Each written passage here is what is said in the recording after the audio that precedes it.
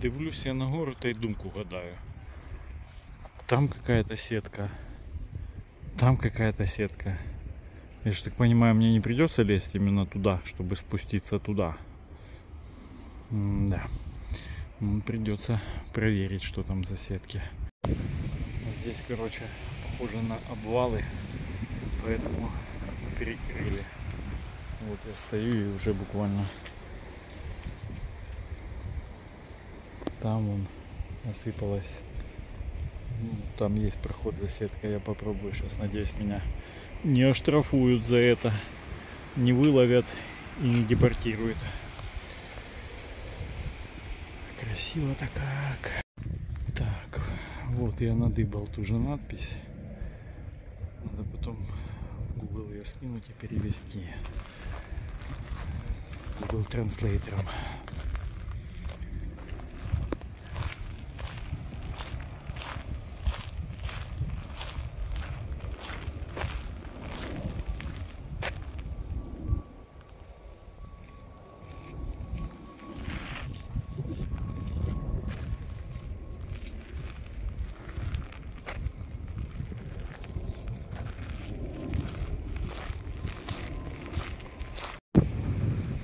Ой-ой, какая красота!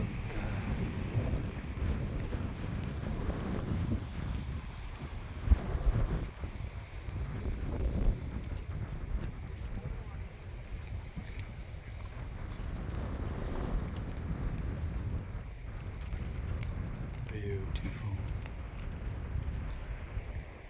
Вот еще одно английское словечко всплыло в памяти у меня. Так, ну что, вот он я,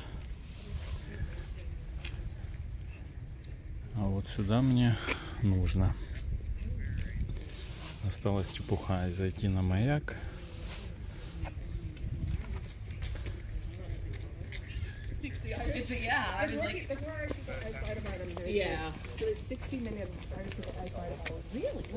Вот так вот уже цивилизованный холод выглядит. Все-таки не устоял и петлянул еще маленечко, чтобы такую штуку снять. И вон, по-моему, еще одна такая башня, как та, которую я снимал. То есть их здесь целых две. Получается, она теперь прикрывает яхтенную марину, чтобы Наполеон не напал.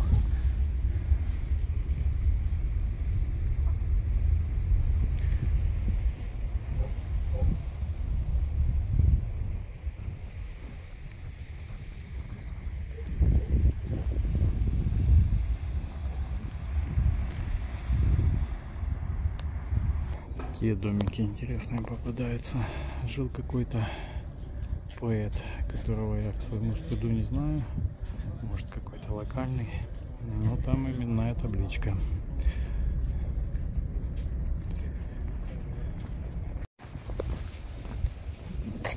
Эх, как посмотришь, до этого маяка так далеко идти, а ноженьки уже болят. Лень матушка.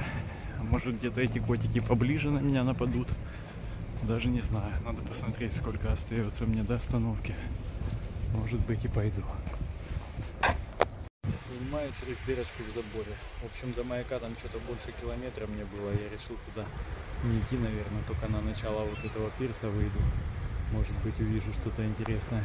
Вот смотрю, уже дамы-моржихи появились. Может быть, и котики будут. Вот эта башенка поближе. Час дня. Я должен был полчаса назад уже отсюда выехать. А я еще тусуюсь на пирсе. В общем, котиков не видать. Может быть, они там где-то дальше. Только одна наглая чайка вот. И там еще собаки носятся. Поэтому котикам сегодня выходной.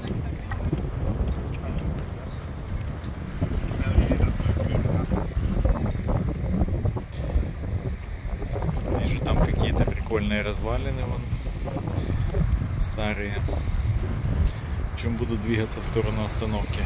Не буду искать этих котов, смотреть на этот маяк. Уже малость я устал. Этот маяк явно не будет лучше того. Поэтому как-то так. Вот тот остров тоже интересненький, на него экскурсии ходят. Но по сути, я так понимаю, кусок камня. Хотя тоже на нем вон какая-то башня есть. Видимо, такая же, как и здесь. Ладно, потопали к старому потемкинскому матросу смотреть на его фиш-н-чипсы.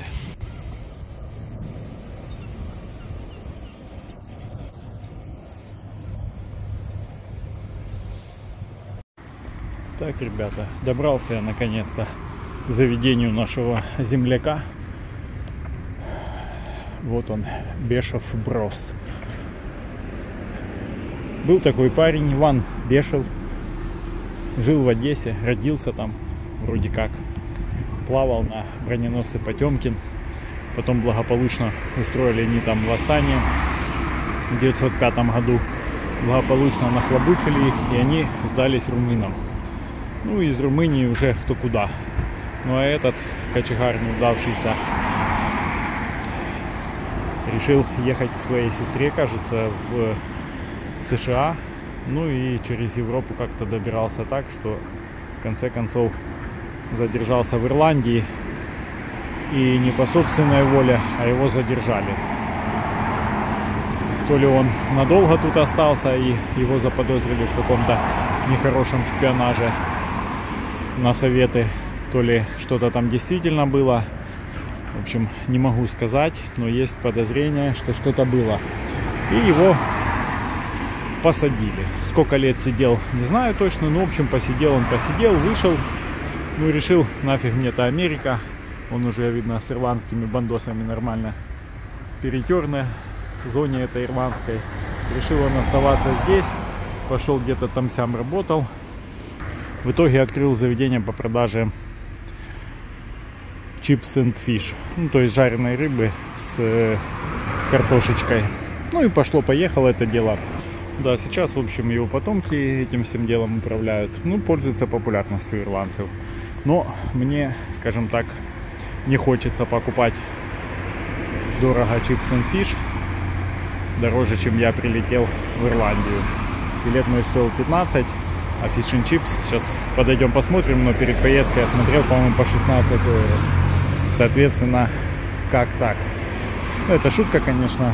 Понятно, что полет это лоукостер и дешевые билеты. Но осадочек, как говорится, остался. Сейчас пойдем посмотрим, что там в меню. Так, начнем с напитков. Шоудер — это прикольная такая уха из остатков всяких. Сливочная, я так понимаю. Ну, вот такое вот меню сейчас. Ошибся немножко по цене. Хотя практически то же самое. Но в другой раз.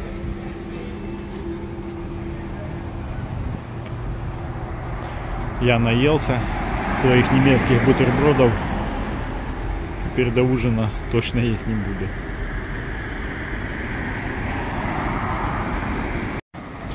Так, я пока снимал потемкинского кочегара, прозевал H3 автобус. Теперь только шестерочка ближайшая у меня.